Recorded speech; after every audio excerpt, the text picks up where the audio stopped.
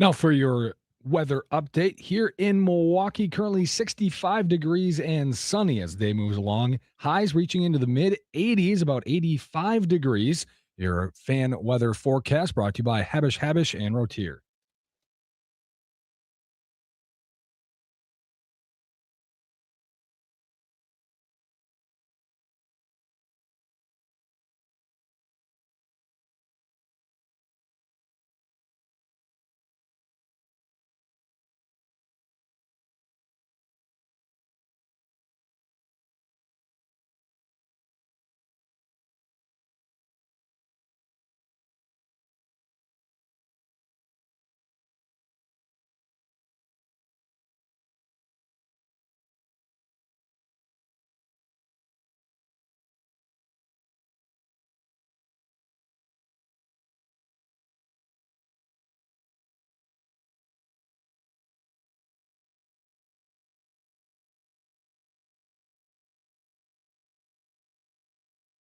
Good morning. This is your wake up call. It's time to wake up, Wisconsin. Wake me up! All right, rise and shine, Sleeping Beauty. Come on, hop, hop, hop. This is the Wisconsin Sports Wake Up Call on the Wisconsin Sports Radio Network. Wake up, Daddy's home. Here's your host, Josh Albrecht. No balls, 2 strikes in the ninth. And that one just missed the challenge here. This is called the ball. Oh, After challenging. This is going to be right on the edge. This could be the game, and it is. Game over. Game ends on a challenge, on an ABS challenge. Churio strikes out, and the Brewers drop another game to the Pirates. Pittsburgh has won 6 of 7 against the Brewers this year.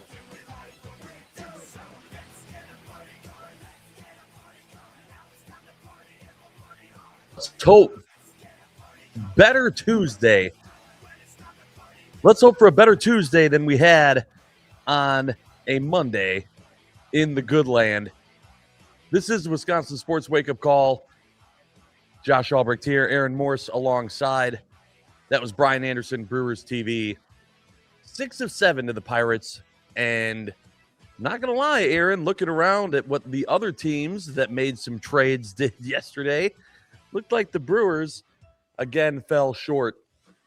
And you heard it there with the final call. On top of everything, the game ending on an ABS challenge, it was almost the cherry on top of how it seemed like yesterday went. We got plenty to talk about from yesterday with the trade deadline happening.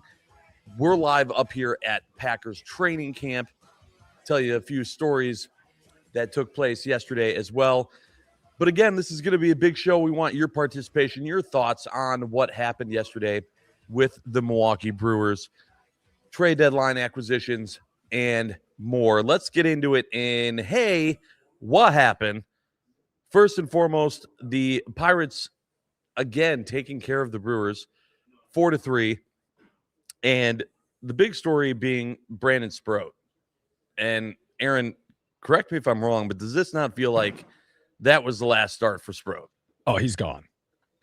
See ya, dude. You're out of here. You think he's gone? No, he's and not off the organization, but off of the MLB roster. I think he's gone. Not even to the bullpen. No, I think he's going to Nashville. Mostly to try to fix whatever the heck is wrong with him.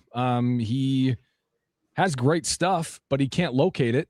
And that's a problem when you're in the major leagues. And when you get taken out mid-batter, in the fourth inning, right? It was third. Going into the third inning. Yeah, that's right. It was 2 and he went 2+, whatever. Yeah. When that happens, and then after the game, your manager says, yeah, we're going to talk with him about what's happening next. And then he meets with your manager and your player or your president of baseball ops and Matt Arnold. Yeah, he's going to Nashville. Yeah. Because they need to make room. They need to make room for Dustin May. They need to make room for Antonio Senzatella. And eventually they need to make room for Jojo Romero. So if you take that into consideration, they have to get rid of 3 pitchers on this roster 2 right now, and 1 to come probably in about a week or so with Romero.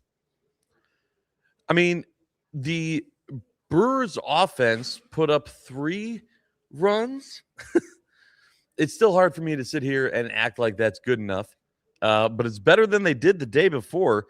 At some point, the offense needs to also be addressed, and it's not going to be with the trade acquisition because that passed, and that was one of the things that didn't happen. We did see Joey Ortiz back in the lineup. He had a 3-hit game, and then the big negative story, Terang, Churio, Yelich, Contreras, all go 0 for, combined to go 0 for 14 with 7 strikeouts between the 4 of them. Just ugly baseball from the guys that we absolutely need to have hitting well if we stand any chance to even make it to the Dodgers.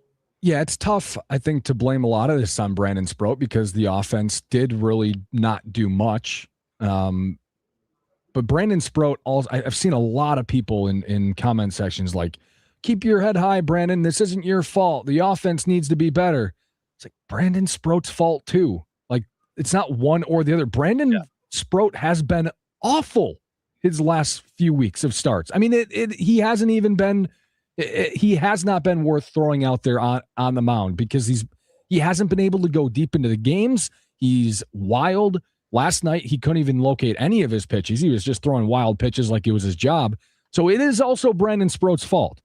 But it is also Jackson Churio, Bryce Terang, Christian Yelich, William Contreras going 0 for 14 with 7 Ks last night. I think maybe at least 1 double play grounded into between those 4, maybe 2 of them.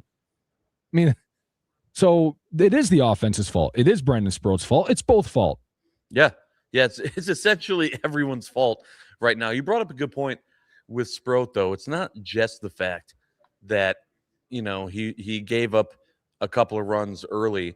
It's that he only pitched early, right? This is the 4th, 5th, maybe 6th start in a row where we have yet to see Sproat be able to go deep into a game. Pitch count gets way too high. He can't get guys out. And it's just that to me is the biggest and maybe fatal flaw for Sproat is you can't, your starting pitcher, right? And that's why a lot of people were talking about maybe he moves to the pen where you just have him try to go a couple innings, and because that essentially is what he's doing now. He's just doing it to start the game. Yeah, here's since July. 4 innings, 1 earned. 3 innings, 3 runs, 2 earned. 4 2/3, 2 earned. 6 innings, 3 earned. 3 innings, 4 earned. So he hasn't been pitching, I guess, like awfully. It's not like, they can't do something with him. They can't use him. But when you're going 4, 3, 4, and 3 innings in 4 of your 5 starts since July, that's not going to work for a team that needs guys to throw 5 or 6 plus innings every time out. No, absolutely it's not. And you think about too, it starts like that then make them have to go to the bullpen and use Ashby's and Patrick's, which you can have whatever conversations you want about those guys as you see fit. But fatigue with the bullpen is absolutely also a thing. And giving those guys more rest will help the Brewers down the stretch as well. The other thing that's supposed to help them down the stretch is, as you mentioned, Aaron, some of these guys that the Brewers traded for. So we were waiting and waiting and waiting and waiting for the Brewers to make a move. At what point were you thinking, oh my gosh, literally the trade that happened over the weekend is going to be the only trade? Never. I was never thinking that at that point. The Brewers, I mean, in my life of when they've been even somewhat competitive, they've always made some move. They have always improved the team in some place, even if that is last year with Shelby Miller, who ended up not pitching very long because he got hurt. But they at least made a trade that would help, kind of build up the MLB roster into something a little more fortified. So I was never worried about that. I really, really liked the Antonio Senzatella addition. I think that was one of the guys that I was kind of looking at like, that could be a good addition to an MLB team here at some point. His ERA is 3.6, but he pitches in Coors. So it's probably a little bit better than that. He's been more effective than that. I really like Senzatella's addition. The other trade. What about the other guys? So you brought it up, Dustin May and Jojo Romero from the St. Louis Cardinals, which I was surprised when that trade came across, first and foremost, because it was with St. Louis. But at first thought, I was like, okay, they made a trade. They went and they got pitching. They got pitching depth. At the very least, it's something. We're doing something to finally get some trades to get the Brewers on the board when it came to stories that were being reported with trades. And then it didn't, listen, Brewer fans knew Dustin May. They saw him. He kicked their butt earlier in the season. And so you win, all right, go get the guy who kicked your butt. But then after I went, hooray, we made a trade. It was, wait a minute, who did we send? The acquisitions of Dustin May and Jojo Romero, just acquiring them aren't bad. They're two good picks. Jojo Romero is a multi-inning lefty reliever. They needed a lefty reliever. So good addition there. He's coming back from an appendectomy. So eventually he'll be there to throw multiple innings like an Aaron Ashby. Dustin May, as you kind of broke down there, has success against the Brewers this year. So they've seen him up close and personal, how good he can be. His problem is just that he hasn't been healthy enough throughout his career, kind of like Kyle Harrison a little bit. But just by themselves, just acquiring Dustin May and just acquiring Jojo Romero, I'm okay with. Sure. Sending one of my 4 untouchables back is I can't believe it. I had 4 untouchables in this organization, and they traded one of them away for 2 rentals. I mean, that's the other thing too, right? So obviously you were upset that Freese and Ragsdale were the 2 guys, by the way, that are sent out from the organization. And the trade went from, oh, okay, all right, this could be good, to boo, horrible trade. I mean, within 10 minutes, it was that big of a swing, it seemed, overall from Brewers fans. And there are a few things that go through this, right? So first, as you pointed out, right, a lot of people were upset that Freese was included in the trade. He was the untouchable, right? When you said you had 4, it was not Ragsdale that you were upset about. I'm cool with them sending Ragsdale. He's had a breakout season. I think he's had 14 homers this year, but he's getting close to a 30% strikeout rate. I think they're selling high on him, which is fine. You have to give something to get something. Dustin, like, you have to give something. You can't hold on to everyone. Correct. I'm cool with Josiah Ragsdale. I think that's a good piece to trade out of their organization. I just don't understand Alexander Frias. He is the fastest rising MLB prospect. He wasn't even in the top 30 for the Brewers heading into this season. He's was number 11 in their system, which is the number 1 system in baseball. So he went from outside the top 30 to number 11. And in a lot of different top 100 lists across baseball, whoever puts them out, he's been inserted into a lot of top 100 lists. I don't understand trading him. He is an extreme riser right now. And I think one day he is going to be a very, very good player, and I'm not the only one. Smart people are saying that as well. Well, a lot of people were upset with the trade, and the reason why it also got me was because it was also for rentals. Like you mentioned, both of those guys, no long-term deal in place at all. You're literally going in all in with those 2 guys for the rest of the season, which – did it not kind of feel like a moot point once Scuba was traded and then this is what you get in return? I mean, neither of these guys really made me feel like, okay, now we got something. It seemed more to me like this is depth. These were 2 guys that can hopefully give the team that we saw in the first half of the season a break, which was necessary. Which I do think that they are continuing that path. But you also were hoping that they'd get a guy that could make them better, not just give the current roster a break. So that was a concern.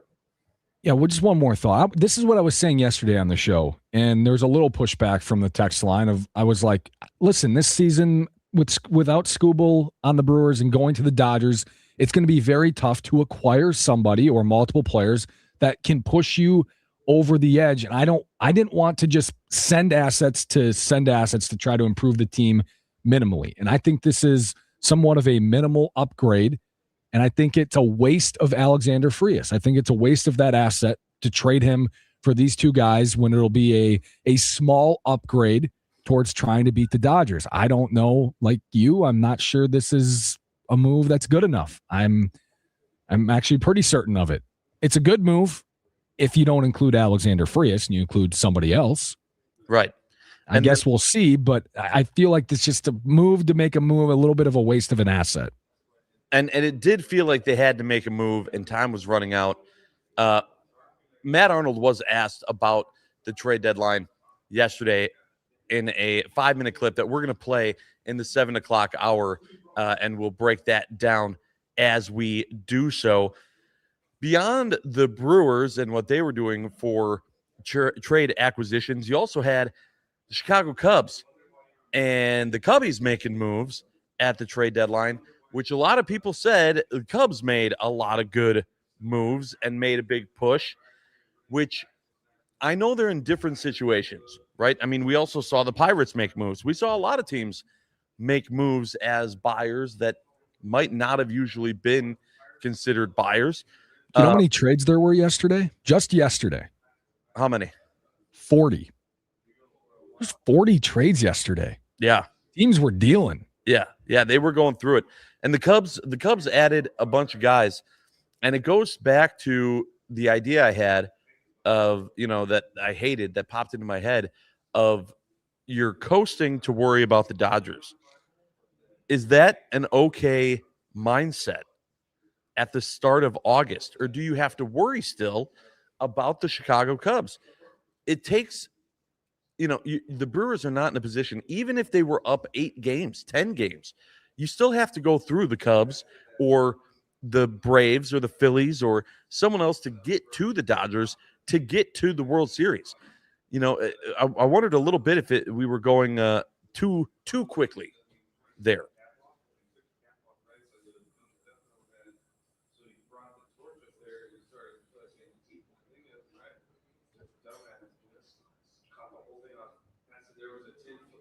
So the other big thing, I guess I wanted to get your opinion quickly, Aaron, here before we get out, is what were your thoughts seeing the Cubs making their moves as well? Good moves. I mean, they have a. You feel concerned about crap? I got to turn my attention back away from the Brewers getting good enough to beat the Dodgers to now having to worry about holding the lead against in the Central. I think there was always that worry for me still. I mean, I don't think the Cubs have ever been out of it at any point this season, including when they were 8 back about a week and a half or 2 weeks ago. Was it 8 back? We were kind of talking about it. It was they're 7. 5.5. Yeah, they're 5.5 back right now. That's plenty doable. I think they have 7 remaining meetings against each other. So plenty of time for them to make up ground as well with head-to-heads, but just without head-to-heads as well, the way that they can play. They have 2 10-game winning streaks this year. They could go on another one. They added Clay Holmes, Ryan Zefferjan, who the Brewers just saw in the Angels, Braxton Garrett, and Kevin Gossman as pitchers, and then Tyrone Taylor as well for an outfielder. But those 4 pitchers, they needed pitching badly, and they got 3 starters and a reliever. Guy that closed the game out against the Brewers the other day. They're not fantastic pitchers, but they're all pretty good pitchers generally. Yeah. And is definitely better than what they've got going on right now. Well, so and they have improved. And the pitching was their problem. Oh, right? Yeah. They had the bats. Which we saw yesterday. I mean, they crushed the Dodgers 10-5. So, a lot of it going back to, I guess, more than anything, concern in my mind after the trade deadline. We want to know, how'd you sleep after all this happened? How'd you sleep? Are you in the boat of, nah, listen, this is just overreaction and everything's going to be okay? Or was this kind of where you're at too, of going, yeah, the Brewers messed up and I do not have a good feeling? We're going to discuss that. Get your text reaction on the Nicolay Law Fan Talking text line, 414-677-1250. When we come back on the Wisconsin Sports Wake Up Call, we're live from the Wisconsin Sports Radio Network studios, powered by the Potawatomi Sportsbook. One thing I said that I would never do, a look from you and I would fall from grace.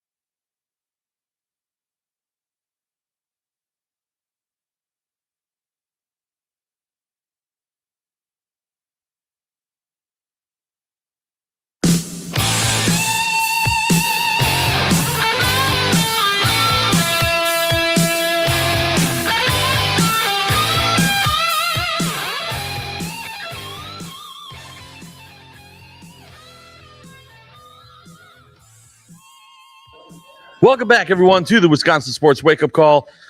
Josh Albrecht, Aaron Morse, you alongside talking Brewers trade deadline, getting your thoughts on the Nicolay Law Fan Talking text line 414-677-1250. We want to know, how'd you sleep?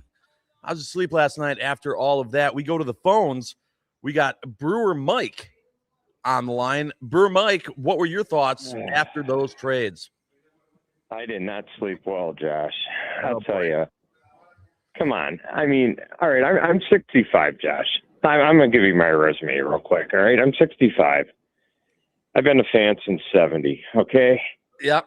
And what have they done for us? We've had one tickle in 82, okay?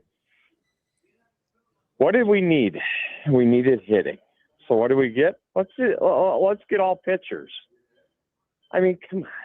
There's got to be someone out there. Anyone. I don't care. A Josh Albright, someone to hit. I mean, this last week, Josh, has been pathetic. I mean, these pitchers are pitching their off, and I don't really mind Stroll. I mean, he's not what we think he is, but God, if you're scoring under 3 runs a game, you're not going to win. And yeah, I know everyone says we have the best record in baseball. But I'll tell you what, come September, if we don't get, I'm sure there's a way or will that we can get someone. Josh, it ain't looking good because the Cubs really helped themselves a lot. And I just want to see a World Series before I die, and I don't know if it's going to happen. I really don't. No, I hear you, Brew Mike. I appreciate the call. So a few things there. First and foremost, I think that after the Skubal trade happened with the Dodgers, I think there was a little bit of a kick in the pants to our mentality going into the last day of the trade deadline, right? Like, Aaron, didn't it seem like it was, I mean, I know it did for you, of going, any chance the Brewers had of getting past the Dodgers seemed to go away. We were now again sitting on hope and a prayer of getting past the Dodgers. So that was, I think, part of the issue. If you were still in that mentality, I feel like the goalposts moved yesterday on what our expectations were. It went from, all right, take a big swing, let's go for it, go get a guy like Skubal, to, okay, you're going to get something, right? Like, which is more, I think, what we're used to at the trade deadline. Brewer Mike also bringing up looking for a bat. After they got those arms, even the people that were super upset because Frias was one of the guys included, we were still going, are they going to get any offense?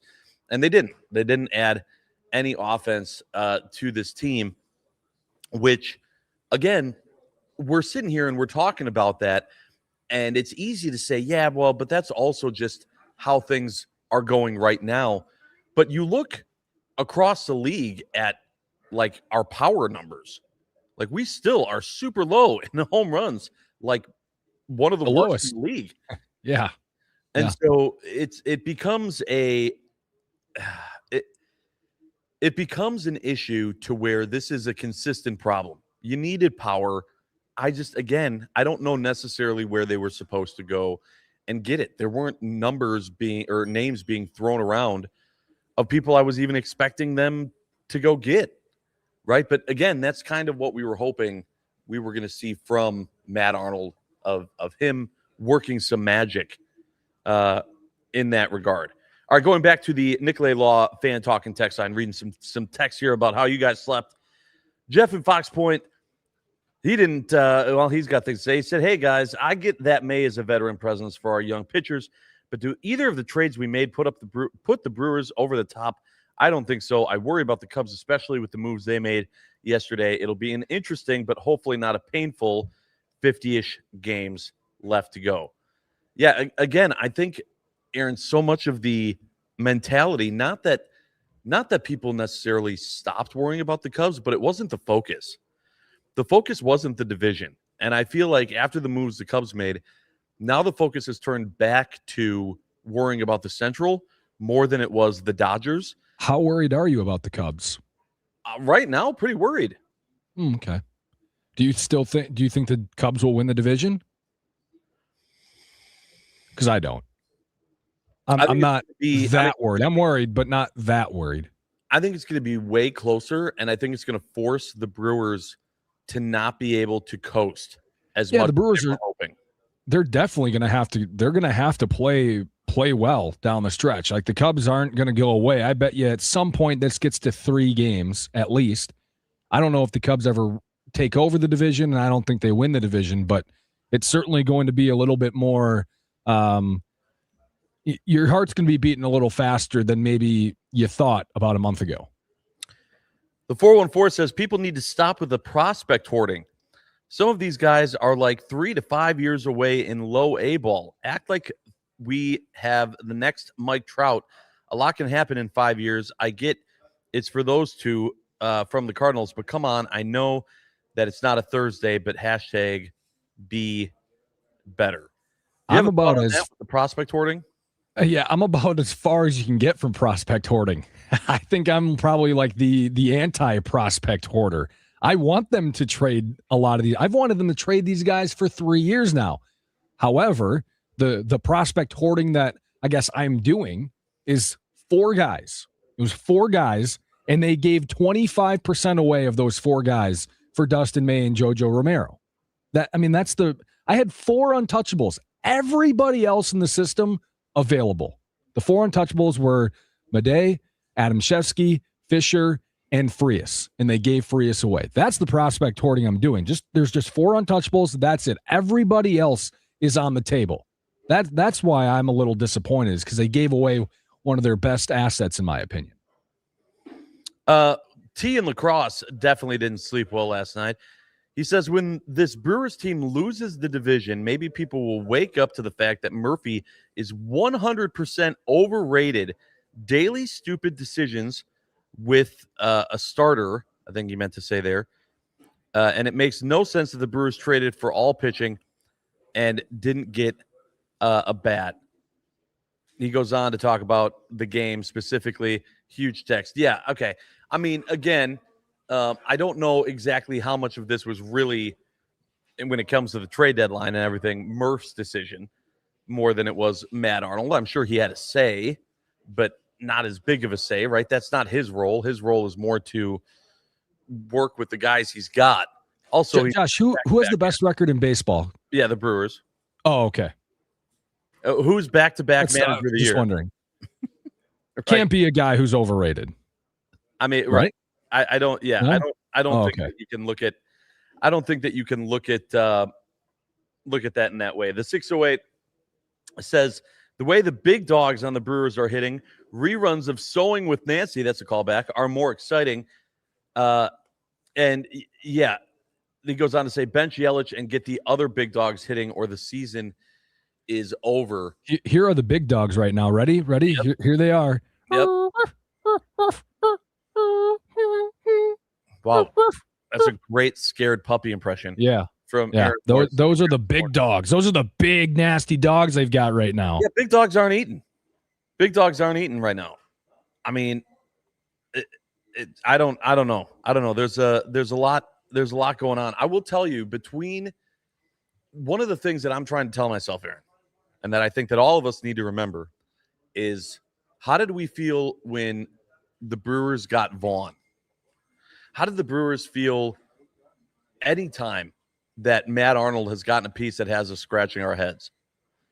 I'm not saying that what he did isn't going to lead to something successful, because as much as we just said you have to give Murph some trust, I feel like you got to do the same thing with Matt Arnold.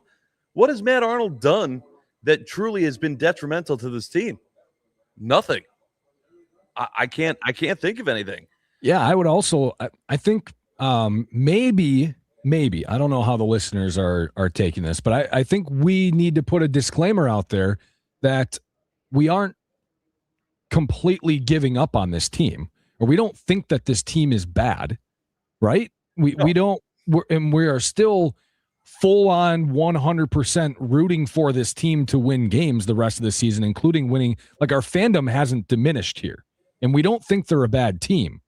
We're just trying to break down how this relates to the end of the season. And it might be seeming like we're being too negative, but I think this is where the Brewers have put themselves the last 8 years. They have put themselves in a spot to be in these conversations where we're not talking about necessarily the rest of the regular season, or it sometimes it leads to more negativity because they've put themselves in a higher echelon of expectation.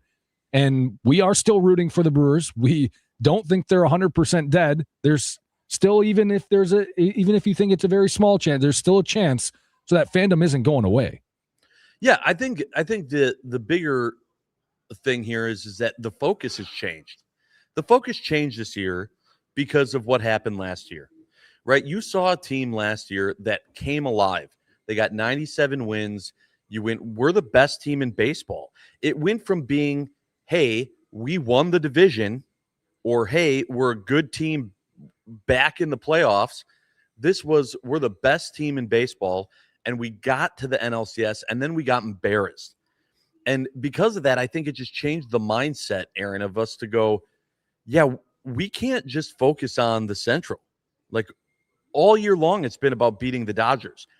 And I'm wondering if that was a flaw in our fandom, of just this idea of the reason why we're looking at it the way we were was because we were focused on winning the World Series, and maybe we were getting ahead of ourselves a little bit, because there's still enough time here to where we got to be focusing on winning games. We can't coast, right? And I remember saying that going into the All-Star break of, this is going to be potentially a little bit of a rough stretch of Brewers baseball, because you're going to see Murph making moves and the team making moves that are going to not have them putting the pedal to the metal of every game going as hard as they can to win, because it led to fatigue. It led to guys being burnt out. We saw Miz and others pitching more than they had in their entire career this season. It led to us going, all right, we got to take the foot off the gas. We got to coast if the goal really is to just be healthy and ready for the Dodgers. I think that the trade deadline was a little bit of a wake-up call, of, hey, this team might not be able to afford to coast. They weren't up enough games to where they forced the Cubs to be sellers or to not go all in, right? They allowed the Cubs to be close enough at the deadline to where they could make these moves.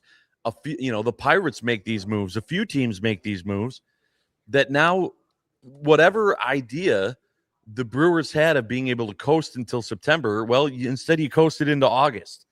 And I feel like now they gotta turn it on again, and they gotta go hard, which I don't know if that leads to burnout come postseason time. But to me, now you can't coast. You got to be right back in it. Do you think they? I'm just trying to think about how the attitude has changed. But do you I still have an attitude of, I don't care about the regular season. Like, the Brewers are going to make the playoffs, and while they aren't on the Dodgers level in terms of not caring, and like, it doesn't matter what happens for them in the regular season. Like, if the Brewers didn't win the division and they were the 4 seed instead and had to play a wild card round, I still think that their chances of winning a World Series are the same. They don't go down. They don't go, like, I still think they are a good enough team to where, like, if you just made the playoffs as a 4 seed in the wild card instead of the division, they're still in a good spot. More like the Dodgers than maybe one of the other teams in the National League.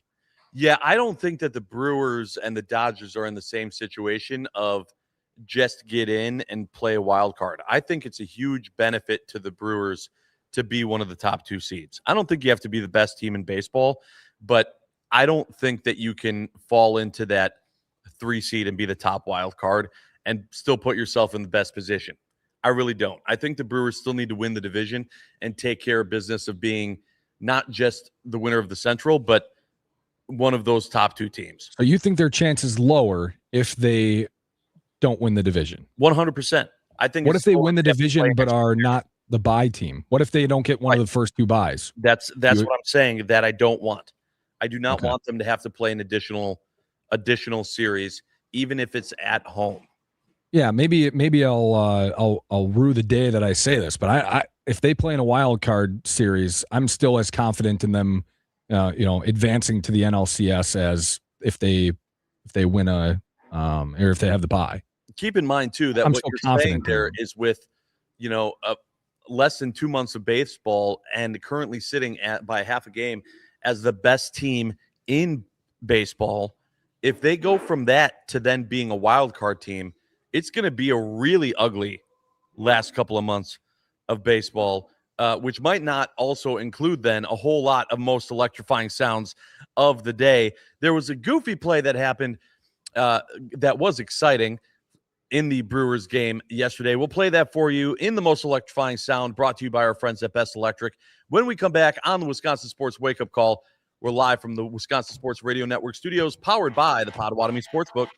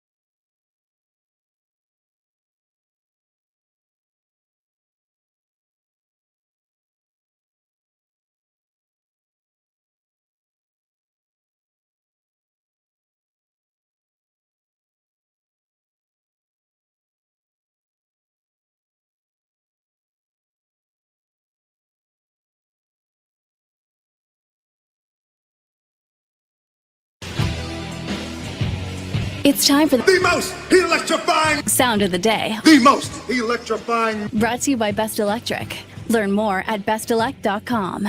Don't stress. Connect with the best. Look at Chandler for the third time, and he shoots one right field. A broken back, player's gonna fall. A run is in. Cheerio Powers to third, throw gets away. Powers on his way to the plate. Throw to the plate, and Powers is safe. Whoa, Bowers. Whoa, Bowers. Brian Anderson, Brewers TV, with the call of Bowers scoring on an error. It was a most electrifying play and sound of the day. Brought to you by our friends at Best Electric. Remember, no job is too big or too small for Best Electric. Don't stress. Connect with the best. Call them today or visit bestelect.com. They end up getting to 3 runs on that. Still down 1. Can't find a way to get that tying run across. And a lot of people, Aaron, they're watching that. We even had someone text in this morning about it. I was watching the game with Zabe and our friend Aaron Nagler of Cheesehead TV. And when I saw Terang lay down that bunt, I went, what are we doing? I understand that you realize it's late in the game and you're down a run. But you got a guy on and you have your leadoff hitter up in Terang. Are you that worried about him hitting a double play? Are you that? It did not make sense. Like, that's a bottom of the order move. That's not a leadoff guy move. I did not understand that. Of what lack of confidence do we all of a sudden have in Bryce Terang to be able to get a base hit, move runners on, and then of course, they get nothing in that inning. I'm curious how much was that sent into him, the sign to bunt, or he just did it? You think that was his decision? I'm curious. I'm curious to know. Like, did he decide, hey, I'm going to bunt, and maybe he was trying a little bit of a bunt for hit, but if it didn't, he was like, oh well, that's a good sack bunt situation. Is that Bryce Terang's thinking? Is that Murphy sending that in? I'm just curious who put that on. Yeah. It's a fair point. I assumed that it was the coaching staff that did that. That was the sign I guess that Terang got. Does Terang have enough leeway to do that? I guess I'm not sure. I don't know. Either way, I hated the move. I absolutely hated that decision. Yeah, because you're bunting him over for Christian Yelich and William Contreras, who are hitting like 0 in the last 3 weeks. It seems. Right. I mean, correct. Like, you have a guy on. It seemed to me like desperation ball instead of, we're going to take the lead, confident ball, which again is kind of the feeling overall that I feel like a lot of the fan base was feeling after yesterday. And then it seemed like in some cases that was the same with the team. Back to the Nicolay Law fan talk and text line we go, 414-677-1250. Our girl Josie texts in and says, morning, gents. I don't think I've ever seen a pitcher taken out mid-count without an injury. Crazy, but I kind of loved it. Obviously it was obvious in that moment that Murph was pissed. Like, he was mad. Now, here's the thing about Murph, I'll say too, and we've talked about it a little bit on the Wisconsin Sports Radio Network. Murph is not a guy that is like he's a tough love kind of guy, right? So you don't want to make him mad, right? And for him to get that heated, I was like, oh boy, it's not performative either. He's not a performative person, right? He's not good to take out a pitcher just to be like, yeah, see guys, I'm mad and he needs to be better. Like, that's legit. I'm going to make an example out of Sproat, right? Mm-hmm. Not that type of guy, and yet that is what we saw. It was rough for sure. Yeah, it happens sometimes that pitchers are pulled mid at bat. Generally, it's because of what kind of Brandon Sproat looked like there in terms of he didn't have it. I mean, he was all over the place. He couldn't locate a pitch, but it happens almost never, like Josie's saying. It happens, but not really. We got a text. And I did like it. We got a text here from the 262 that said, we just need a George Webb streak for free burgers to forget any of this ever happened. It's a very interesting point, believe it or not. I had a conversation with Zabe yesterday when we were bowling up here, and about comparing last year to this year, and I thought, just from a fan perspective of which season we were enjoying more, right? If we weren't looking at the end game and just what season we were enjoying more, comparing last year to this year is an interesting conversation. Maybe we'll have that tomorrow. Coming up in hour 2 of the Wisconsin Sports Wake Up Call, though, we're going to play some audio of Matt Arnold getting some questions fired at him about the trade deadline. All of that coming up and more on the Wisconsin Sports Wake Up Call. When we come back, we're live from the Wisconsin Sports Radio Network studios, powered by the Potawatomi Sportsbook. I guess there is no one to blame.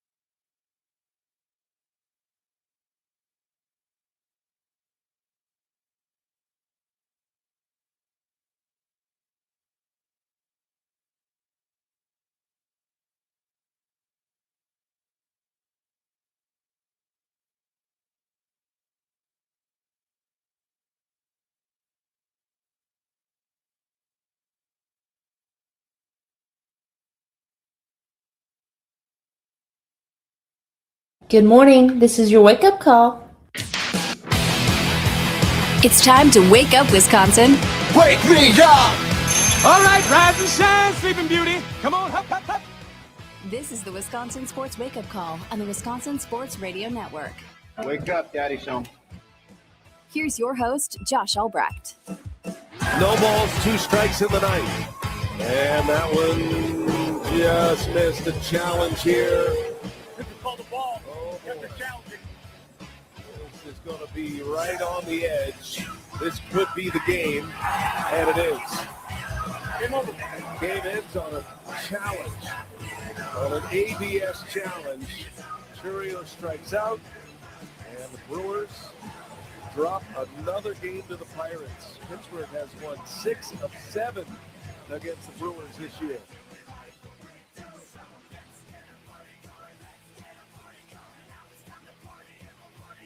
Not great, Bob. Brewers lose 4-3 to the Pirates after, or I should say on trade deadline day. Been discussing all morning the moves the Brewers made. Welcome into the Wisconsin Sports Wake Up Call, Hour 2. Josh Albrecht, Aaron Morse alongside. We are, or I am live here in Green Bay for Packers training camp. Zabe and I up here. Aaron Morse back in the Wisconsin Sports Radio Network studios, powered by the Potawatomi Sportsbook. Happy to have you guys alongside on a Top 3 Tuesday. Seeing all the texts coming through on the Nicolay Law Fan Talking text line, 414-677-1250. A lot of people focusing on the trades. That was more of the conversation than the loss itself. It just would have been nice with everything that happened yesterday for the Brewers to get a win. That definitely would have been a positive thing. Never a bad time for a Brewers win, but it would have definitely felt good with some of the frustration Brewers fans felt on the trade deadline. Matt Arnold was hounded by the media and asked questions, which he did handle very well, going back and forth with them. Kurt Hogue posted a clip of that, which we're going to go through and stop when there's a comment here. But here were some of the things that Matt Arnold had to say in regards to the trade deadline. What do you got? Matt, just bigger picture, how do you feel coming off of the deadline here? Yeah, honestly, I think we were in on a lot of things. I think we did what we can to help the team, and when you're in on a lot of stuff, there's certainly some things that where you come up short, and you just got to pick yourself up and dust yourself off and try to do what you can to get the next thing. And ultimately, I think we were able to accomplish a lot over the last 48 hours to get some stuff done to really help the team. Was one of those scoop? I'm not going to talk about specific guys. Obviously, we were in on a lot of different things, and like I said, if you're able to access what you can, you get it, and if not, you move on. You cast a wide net, you always tell us, but was pitching at the top of the list? Yeah, certainly. I think especially this time of year, it's really you can never have enough pitching, and I think the guys that we got are pretty battle tested, experienced guys. Talked about Dustin May and Jojo Romero and Antonio Santantella. These guys have pitched in some big games, and they're tough and they're experienced, and so I think they're going to fit in really well. Was it postseason experience? All right. So how did we feel about the fact that point blank asked what was the main focus? Was it being was it just pitching was always the goal, or was it just kind of that was best available, and him saying, yeah, pitching was the goal? A lot of people this morning on the Nicolay Law Fan Talking text line, Aaron, talking about how they needed a bat and how that was the head of the three-headed monster that needed to be fed the most. Were you surprised that he didn't say, well, we know there were multiple ways we could have helped the team and gone that way, or confirming, yeah, we were looking at pitching? No, I don't think I'm surprised. I think they're probably looking at pitching because they think pitching is most important just overall. And I think also they're looking at pitching because there weren't that many bats out there. There are a few, but probably none that really fit the team and what they have currently, and sliding. They could have got Joe Adell. They could have got Taylor Ward, a couple of corner outfielders. Do they fit the team? I think people would rather have had Luis Lara just play in those spots. Now they have power that Lara doesn't have. So maybe that is the fit. Ward and Adell have the power there. trying to think of some of the other offensive guys that were traded, but there weren't really that many. Luis Ariz was traded to the Phillies. Yep. I would have liked him. I think that he would have fit the team well. Me too. Mostly because he could have got on base, and then Terang and Churriel would always have someone on base ahead of them. But I'm not like totally crushed that they didn't go and get him. There weren't that many bats out there, so I think that's why the focus was on pitching, more so than just they didn't think they needed offense. Sure. All right, continue. On the list? Yeah, certainly a factor. I think 2 of the 3 guys have pitched in postseason, so yeah, it was absolutely a factor. With the team's record and obviously the success they've had in the regular season, how did you, I guess, identify that pitching was the area that the team needed most? I think, look, you get in this time of year, you always need as much pitching as you can, and I think these guys just fit in very different ways, and we're still working through what those roles are going to look like, but we're excited to have all of them. Matt, how aggressively did you look at potential offensive upgrades to help out that area? Yeah, spent a lot of minutes on a ton of different things. We probably don't have enough time to go through all of it, but I can tell you we were on play on a lot of stuff this week. May's had like a velo bump this year. It looks like fastball shapes and stuff have looked really good for him. Just how do you guys view the stuff? Yeah, stuff is really, really electric. I mean, he's honestly, you saw what he did with us against us a couple weeks ago, and he was really, really, really, really good. So again, he's a guy that we're happy to have on our side. What's the status of Romero? Yeah, so he had an appendix removal not that long ago. It sounds like it's going to be a couple weeks. I just talked to him. He's great. He's already throwing back, and he says he feels really good. You talked about roles, Matt, with Harrison coming back and now May. There's a surplus of quote-unquote starters. Sure. Will you go with like an expanded rotation? Will somebody move to the pen? Will multiple guys kind of go back and forth? What's the thought? Yeah, still working through what those roles will look like. But again, like I think when you start to there's sort of 2 different phases of this. One is obviously getting to the postseason, which we need to do, and we're going to need the innings there. And when you get into the postseason, it's kind of an all hands on deck, scenario. And I think we're going to have all these guys available to hopefully help us. All right, I'm stopping it. Yeah. They know what the roles are, right? I mean, they know what they're doing here. Well, he just is not going to tell them. I think that the only thing that they might not know for sure is how much the new guys are used, right? Like, yeah, I think it was pretty evident. And we talked about a little bit with like who they have now with Sproat. You got a lot of guys, but as you mentioned, I thought at best maybe Sproat moves to the bullpen. You think that's not even a thing. He's gone. Yeah, mostly because I would like right now. I'm trying to think of the guys that I would send down because right now you're going to need to create 2 spots, and then in a couple weeks when JoJo Romero is available, you're going to have to create a 3rd spot. So I'm trying to figure out, okay, who's being sent down here? Right. Who are the guys they're getting rid of? They have to get rid of some pitchers. And so to me, Brandon Sproat's the next option. I think probably Garrett Stallings is going to get the short end of the stick, which is unfortunate because he has pitched so well. And I really like what he's done so far. I agree. I don't believe he's allowed a run so far this year, an earned run on his ledger in his whatever 7 innings of work, whatever that number is near right now. But he's probably going to be the guy that also, so the 2 spots I think are going to be Sproat and Stallings. Who else do you send down on this team right now? Robert Gasser, he's been pitching great. It's true. I mean, Drowan as well. Like, you're not going to touch him.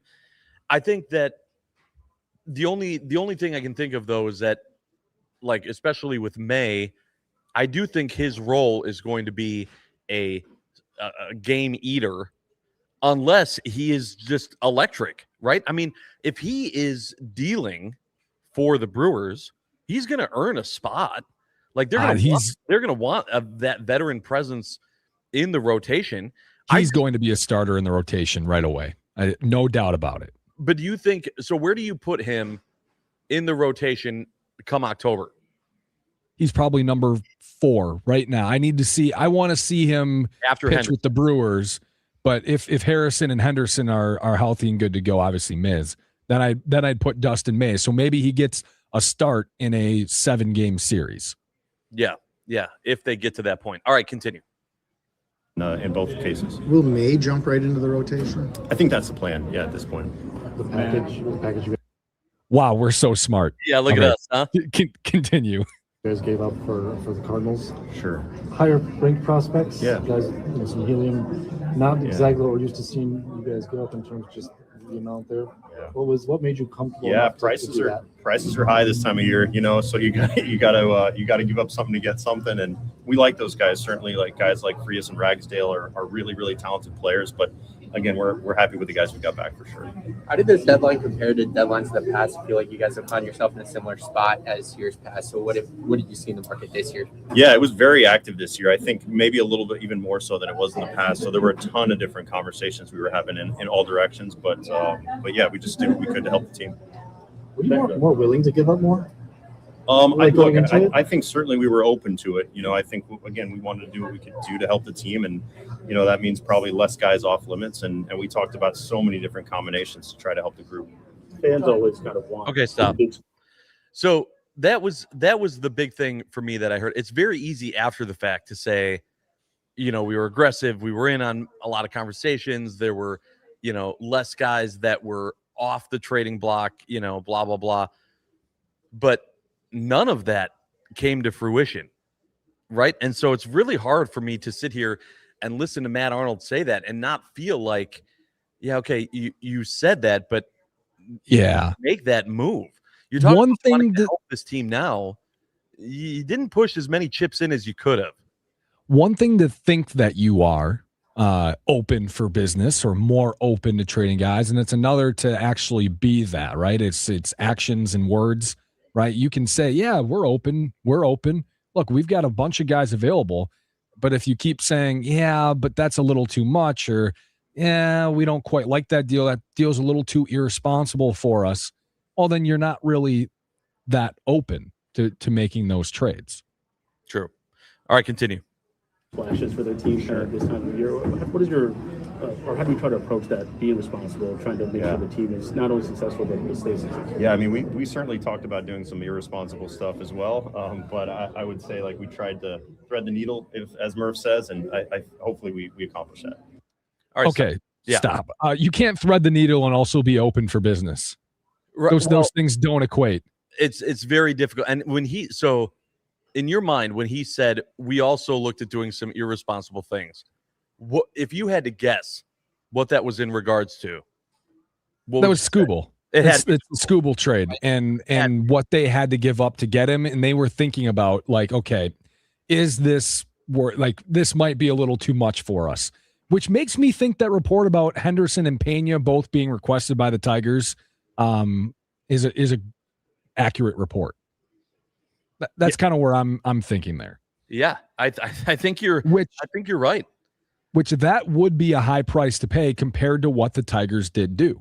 Now, Kurt Hogue, who has this audio, but he's on Brewers territory. He's a co-host with Corey Knable on Brewers territory. Yep. He also said on their show, I think it was yesterday, that the Brewers had an offer out there. And he said that he doesn't know what the offer is, but multiple people told him that it was a good offer and that the offer probably could have been taken, like a lot of teams would have maybe taken that offer over what the Dodgers gave up for Skubal. Yeah, so all accounts say that it was everything is true, that the Brewers were thinking about it. There were also reports that came out that said that the Tigers essentially took like the first trade that they wanted the Dodgers. Yeah. And some people were going back and forth on why they did that. That added so much fuel to the fire for all the tinfoil hat wearers and conspiracy theorists saying that the Brewers were screwed from the beginning because this was all part of a bigger idea with the MLB lockout and everything else. Other people saying that this was them trying to do right by Skubal and saying that if Skubal said to the Tigers that he wanted to go to the Dodgers, when the Dodgers gave what they thought might have been a fair trade offer, even though it wasn't as good of a trade offer, they said, yep, sounds good. Thanks so much. We'll see you later. Scoobs. I don't know. Either way, continue. How did the upcoming party Sorry. How fine is that line between being responsible and... Does the Dodgers getting Skubal impact your approach after that at all, given you have to go through that? No. No, they're already really good. We know that, and we got to go through them to get where we want to be. When do you think you'll have the new guys here? Sounds like tomorrow or even late tonight. Yeah, what went into the decision to move on from Hoyer so quickly after getting him over the weekend? Yeah, good arm. Again, we're fortunate that we have a roster that's really strong, and just felt like it was somebody that we were able to move on from. But again, those are tough decisions when you have to take guys off the roster. To go back to that Cleveland trade too over the weekend, how did you guys weigh what Yoho's future value might have been here compared to the guys in the trade? Yeah, Yoho did a great job for us, honestly, and I think the sky's the limit for him, honestly. And the one thing I think for us in that scenario was we really wanted to add catching depth, and I think in this time of year, if you have any kind of catching injury, it's always really tough. And Naylor's a really talented guy who's had experience in the big leagues with experience game planning and all those things that we like. So we were really happy to get Naylor. When Craig was up here, did you see the potential fit for him on this roster change at all over time, maybe compared to a couple of years ago when he was coming up? Yeah, I mean, look, we have a really talented bullpen, and Craig was certainly, I think, part of that. Again, just have to give up something that you like to get something that you like, and I think in this case, it was just sort of a good fit for both sides. Matt, when you see your club after this, do you think World Series? Do you think you made a World Series roster? I try not to think that far ahead. I certainly that is on our mind, but we're trying to do what Murph talks about every night, which is win tonight. All right, well, that's a great spot to stop because that's the end of the conversation. Matt, your job is to look that far ahead. No? Yeah. I mean, that has to always be the goal. I do think it's funny, though, that he brought up in a response to that question, Murph's idea of win every night and focus on just winning every night, because I don't think that that's where the mentality has been. He just got done answering a bunch of questions, talking about the need for depth and going into the postseason and injuries and fatigue, not answers to questions that make you feel like they are going 100% every night, focusing on winning every night. That was the mindset. It seemed to me like the mindset was, we're trying to get the depth to help the team that we have out there on the field be able to rest and be at their best come October, which if that's the case, then yeah, your focus is 100% on trying to make the World Series and not on winning every night. So I kind of felt like that response from him was kind of contradicted everything that he had said for the most part in those other questions. I also think it was kind of a tongue-in-cheek question to begin with. I mean, like, no, what is he supposed to say? No, we're not thinking about the World Series. What's that? You kind of got to look at it that way. Tons and tons of text coming in on the Nicolay fan talking text line. One of them is a huge text. I think it's B Hintage in West Dallas. That is a long text. Yeah, it might have broken the record for longest text sent in the show's history. We will decipher that, get to some of your text, react there, get your thoughts, and we want your top threes. It is a top three Tuesday here on the Wisconsin Sports Wake Up Call. Get your top three lists in now on the Nicolay Law Fan Talking text line, 414-677-1250. We will read those and give you ours when we come back on the Wisconsin Sports Wake Up Call. We are live from the Wisconsin Sports Radio Network studios, powered by the Potawatomi Sportsbook.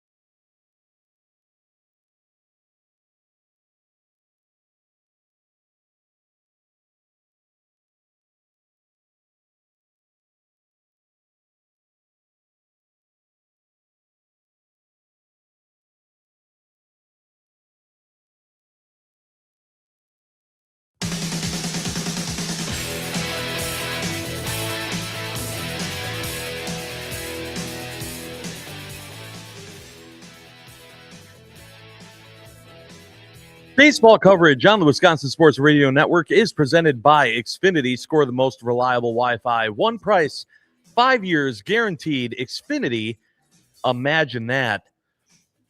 Welcome back to the Wisconsin Sports Wake Up Call on a Top 3 Tuesday. Before we get to our top 3 lists for the week, I got to read some text here from the Nicolay Law Fan Talking text line, including what I think we're both in agreement in here is the longest text, Aaron, that we've gotten in the show history. It's got to be pretty close, yeah. From B. Hintage in West Dallas, who said, I've been a Brewers fan since the early 80s. I've seen a lot of good baseball, and I'm grateful for the sport. I also try not to be part of the overreaction committee like we hear from the vocal 10% of our fans. I'm also realistic.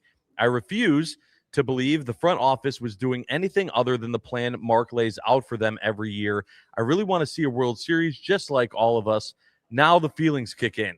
After this year's trade deadline, it is clear to me the front office is handcuffed. Arnold and Murphy are doing all the work with their hands tied behind their back. I want a salary cap, but more than that, I want a salary floor so owners like Mark Antanasio can either put up or get out of the way. Clearly, Mark isn't interested in winning more than the division titles and refuses to allow the team to move into the group of real contenders. Let's get the lockout, get some form of cap and floor, and force Mark to either play ball or he can sell the team and go pound stolen sand. A lot of feelings, you could say, from B. Hintage and many this morning. I don't know necessarily that it was this one's on Mark. I'm not really sure. It seemed to me like it was more Matt Arnold just wasn't going to give up everything to make a move. They thought about it, right? He said, we thought about some irresponsible moves as well. We just stopped those from happening. I don't know. Did you think at all when all this was going down about Mark Antanasio at any point? I think every conversation around Brewers acquisitions or lack thereof have to include Mark Antanasio based on historical context. What about this one from Mark and Eagle that said, if the price for May and Romero was Frias and Ragsdale, I'm glad they didn't do more. No sense wasting the prospects this year. The season was over Saturday night. Live to fight another day. Again, this is tough because I'm definitely, we talked about this yesterday, I'm definitely not in the camp of the season's over. You're the best team in baseball. To say that it's over is kind of crazy to me. You still can become the hot team. You can still, find a way to get over the Dodgers being the hot team. It can still happen. You got to get there first. But to say that the season is over is kind of still crazy to me. I will say that I feel like a lot of people on Saturday night, regardless of what happened on Monday night, or Monday during the day, I should say, a lot of people were in that boat over the weekend of going, we didn't get Skubal. He went to the Dodgers. It's over. I don't think the price of Ragsdale and Frias is that high, other than Frias being one of my 4 untouchables. But like, if you just look at the 11th and 13th best prospects in an organization system, I don't think it's that high of a price to pay for a starter and a reliever.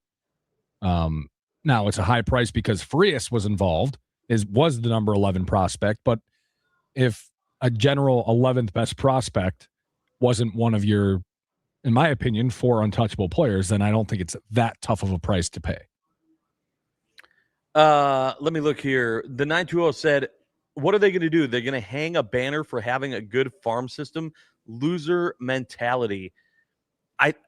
This is what it all goes back to, guys, is this idea of the bites of the apple and putting ourselves in the best position to be competitive year in and year out versus going for it and potentially winning the whole darn thing. I think that there is, I know that it was a good question. I'm not sure who asked it, but when we just played that clip of Matt Arnold asking questions, when he said, did anything that happened on Saturday impact what happened on Monday? And he said, no, not at all. I find that hard to believe. Like that was the big move, was going for Skubal, right? And the fact that not only did you not get Skubal, but the Dodgers did, that has to play a role in how irresponsible you might be. Imagine if they still made to I think it was Mark and Eagle's point imagine if they would have got more trades and sold more of the farm after knowing that Skubal's going to the Dodgers. I think a lot of people felt that way of going, all right, if we're not going to be able to go all in to get the best guy on the market to help this team, maybe it makes sense to just keep that idea of bites of the apple and hope and a prayer alive. I don't know. Something to. It's tough. We don't know all the conversations, so we're kind of just throwing stuff out. I mean, we're kind of guesstimating. I mean, we're taking sources and reports and trying to piece them all together into logical thoughts, but none of these thoughts could be logical if we're not understanding how things went properly, So it's tough. We just have to kind of take context clues and get as close as we can. So we have no idea, really. I mean, nobody does other than Matt Arnold and the guys that are just underneath him and Mark Antanasio, I think. But man, it's tough to have these conversations because half the people think one thing and half the people think the other thing, and rightfully so, because we really all don't know anything for anything concrete. It's very true. It's very true. All right, it is a top 3 Tuesday. We got a few top 3s to get to today. Aaron, I'm going to go first. My first top 3 is the top 3 things I always do when I enter my hotel room for the first time. Check into a hotel room, open the door. There's got to be one of them. I'm hope there better be one of these on your top 3. If not, we're going to have some problems. All right, number 3 is first thing I do is I have to unpack my bag. If I do not take care of unpacking my suitcase immediately, I'm living out of it the rest of the trip. So do you use the dresser then? I will either use the dresser or I will leave. Like I will hang up for sure. I hang up all my shirts. I'll take the toiletries out. I'll set everything up on the sink right away. If I don't do that, I'm constantly like, it just looks like a bomb went off in the room. Like I'm all over the place. It becomes a mess. I have to take care of that right away. That's number 3. Number 2 is I check the mattress for bed bugs. I just became one of those guys where it's like I get there and then strip the bed to make the bed to make sure that there aren't bed bugs in the room. I got to do it every time. And the number 1 thing I always do when I enter a room, turn the AC unit. Okay, there you go. That's the one I'm waiting for. Lowest temperature it can possibly go. I will literally hit the down button on the AC until it, like multiple times with it not going down anymore, which this is apparently was the craziest thought to Steve Zabin. I sent him a picture. I think I had it set at 60 in my room, and he was like, 60, oh my God. And I was like, if it would have gone lower, I would have kept going. Like, I don't know. I think a lot of people do that. I'm surprised Zabe doesn't do it or hasn't heard of it. Or like, do you even look for a specific number? I literally just go as low as it'll possibly go. Yeah, I kind of just go into the mid 60s, low 60s. Just it's probably good enough. Oh, I don't do it. No, I will just go.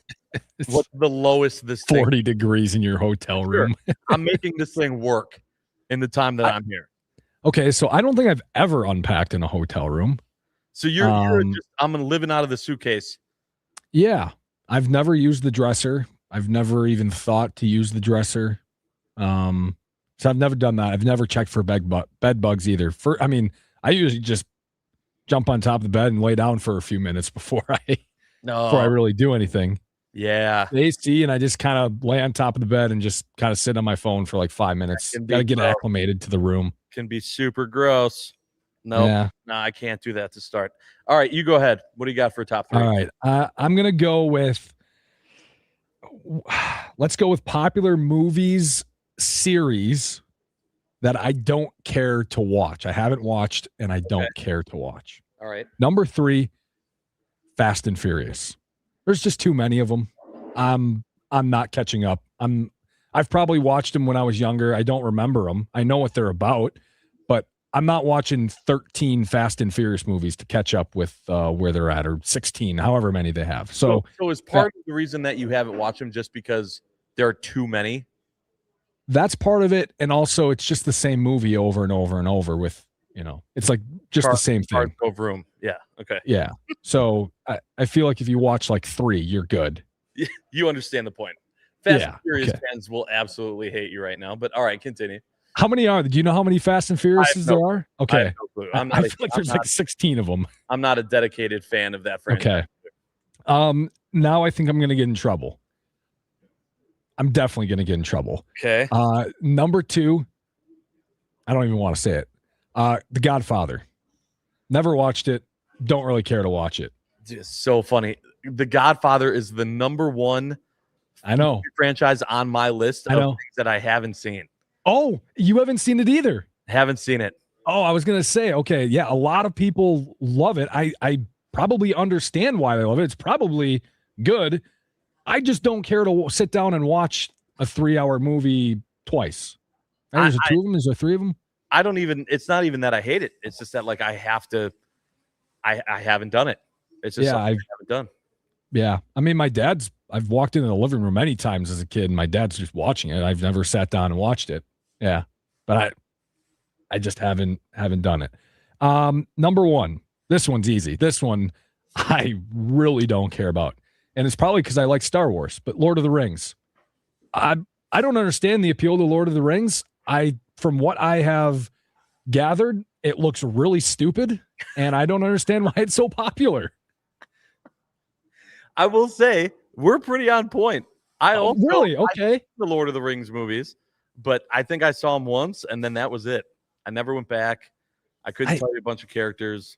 Yeah, and people honestly, live and die by it. My non-love for, not that I hate it, but just disinterest in Lord of the Rings, I think is also why I never got into Game of Thrones, because I was like, at the beginning, I was like, that's another thing I haven't watched. Is this the Lord of the Rings spinoff? I don't know what this is.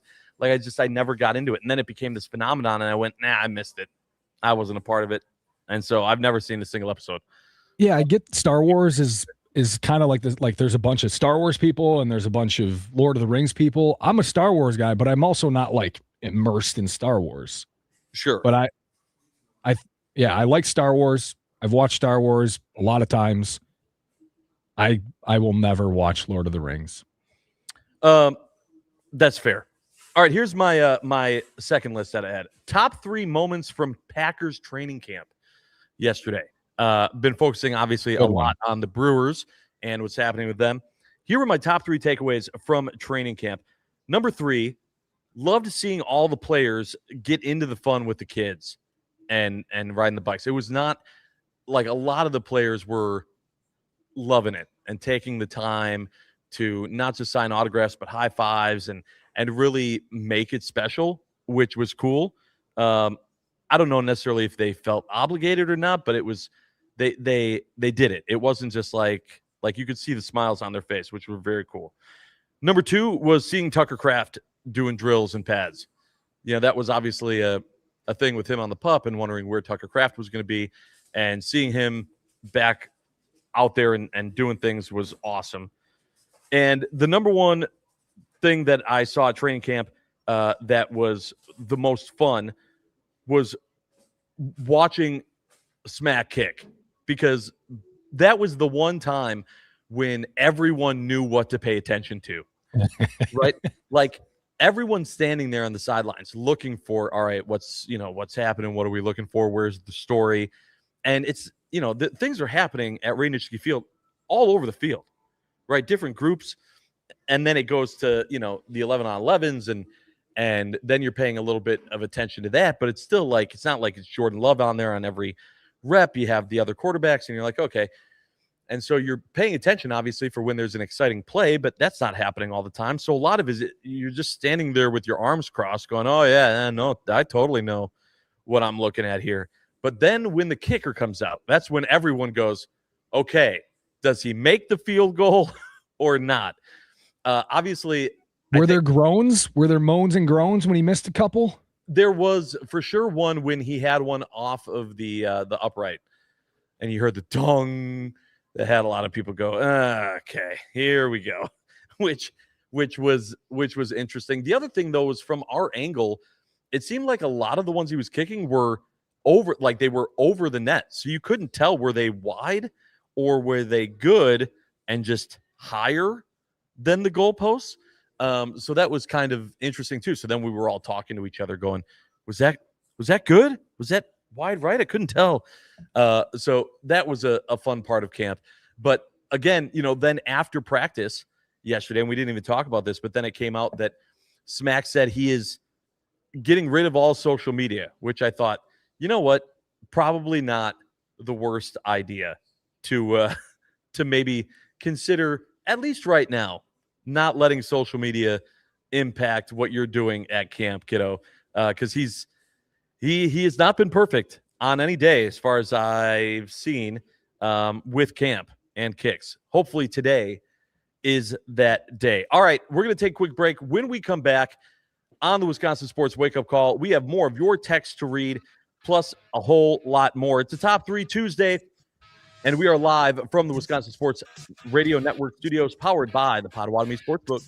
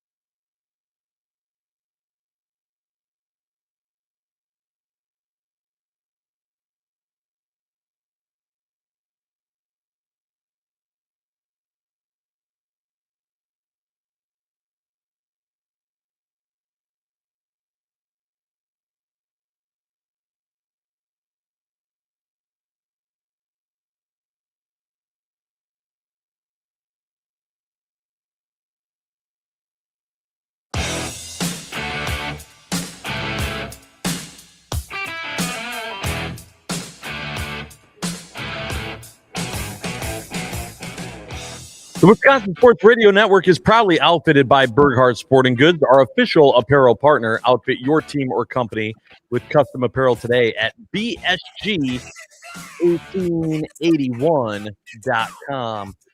Welcome back to the Wisconsin Sports Wake Up Call. Josh Albrecht, Aaron Morse alongside all of you on the Nicolay Law Fan Talking text line 414-677-1250. We appreciate all of the texts and conversations that came in today. We go to the 715 who said, "Morning, fellas, an excellent show per usual. Appreciate you."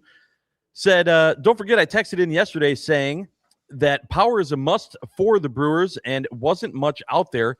I totally understand that. However, the Cubs last night showed exactly what I'm saying, that any pitching can be victim of the long ball.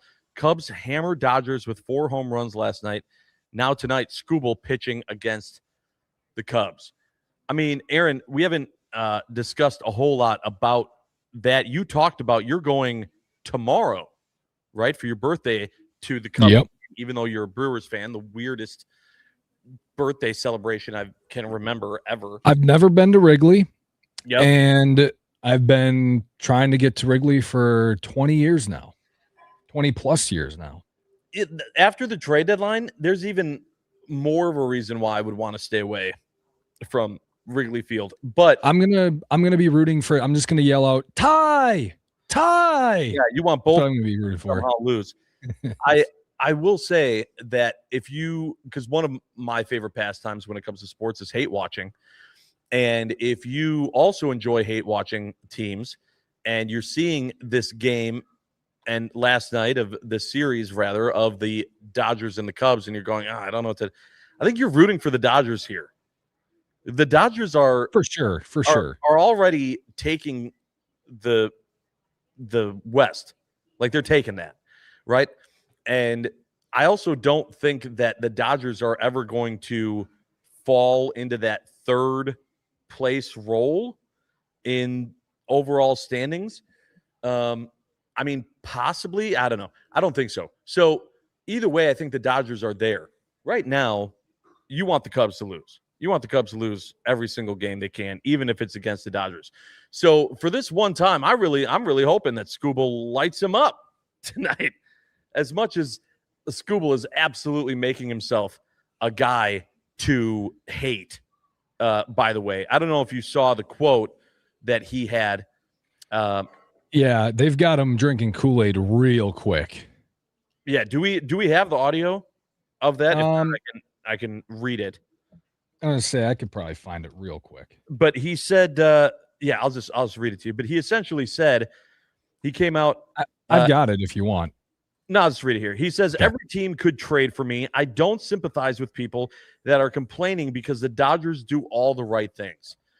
Boy, oh boy, if that wasn't I mean, you said it there about drinking the Kool-Aid, but if you are a fan of baseball and you hated essentially, if you're a fan of any team besides the Dodgers and you're seeing this clip, especially keeping in mind that he didn't play for Team USA, now you have him going to the Dodgers. And then strike 3 on Skubal, you have him come out and say that and go, no, I don't feel bad for those teams at all. Any team could have done what the Dodgers are doing. No, they can't, Skubal. That's exactly the problem. I think his mindset of not understanding that is exactly what's wrong with baseball right now is absolutely the problem. How does a player like Skubal not understand that, yeah, not every team could risk what they needed to get you on a 2-month rental? What? Part of the problem is that these players aren't really fans. Like they don't pay attention to the sport really. They don't have time to. They don't understand baseball well enough. They know how to play and they understand the game mechanics and all. Like they understand the game. They don't understand the MLB and how it works. And so they can't quite put good enough thoughts together that make enough sense. Like they can't comprehend how the Dodgers are doing something that no other team can do. Well, or very few other teams can do. That doesn't equate to them. I'll tell you this: hate watching the Dodgers has been easy, especially after that comment. Hate watching Skubal somehow became even easier for me. Boy, oh boy, get a clue, read the room, Tarek Skubal. All right, we want to thank everyone for joining us. I want to give a quick shout out to the American, where we are staying here and have been broadcasting. They were a big help in making sure that we got the show up and running for the last couple of days.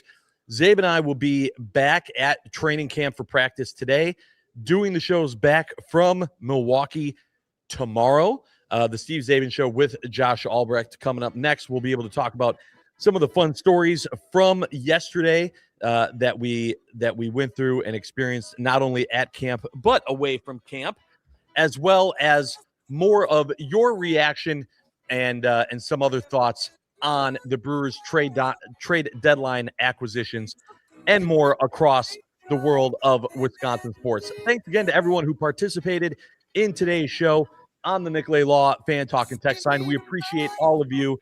Love the conversation. Aaron, thanks again so much. We will talk to you guys tomorrow because we are not done yet.